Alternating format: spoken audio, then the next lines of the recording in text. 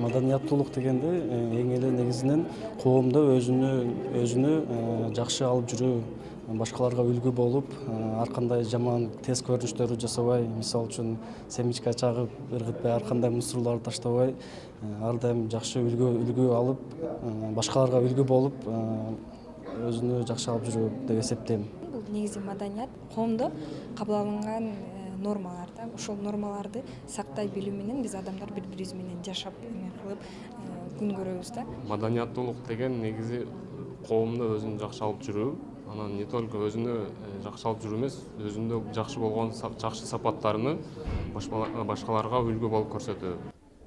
Өзүбүздүн кыргыздарыбыздын салттары, үрп адаттары, оюндары, кийимдери ошолорду кийинки урпактарга калтырышыбыз керек. Кыз киши эң биринчиден тартиптүү болуш керек, билимдүү болуш керек. Анан өзүн алып жүргөндү билиш керек да. Кызга 40 үйдөн тыю деген сөз бар. Кызга чечелүү канча деген сөз камтылган. Коомдо өзүң эң жакшы алып жүрүү үчүн биринчи кезекте бул биринчи класстан башталат экен да. Анан ошол мезгилде окуп жетишсек, биз маданияттуулук жетишет экенбиз да коомдочу.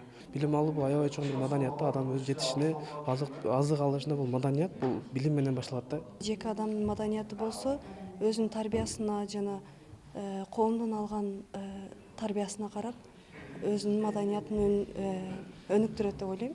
Маданияттуулук деген негизинен бул жеке адамга тийиштүү. Бул экиге бөлүнөт. Сырткы маданият, ички. Сырткы маданият деген бул адамдын жүрүш турушу, сыртты коомдо өзүн кантип алып жүрүшү деген. Ал эми ички маданият болсо бул коомдук масалуу адамдар алдына кандай сүйлөө, мына ички мамилеси болуп саналат. Маданияттуулук дегенде биз үрп адат, салт санаа, саламдашуу да бул Кыргызстандын маданияты.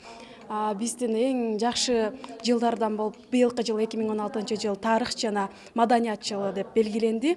Бул бизге окшогон кызыккан жаштарга үлгү болуп, кандайдыр бир күч дем берет деп айта алам да маданияттуулук жылы.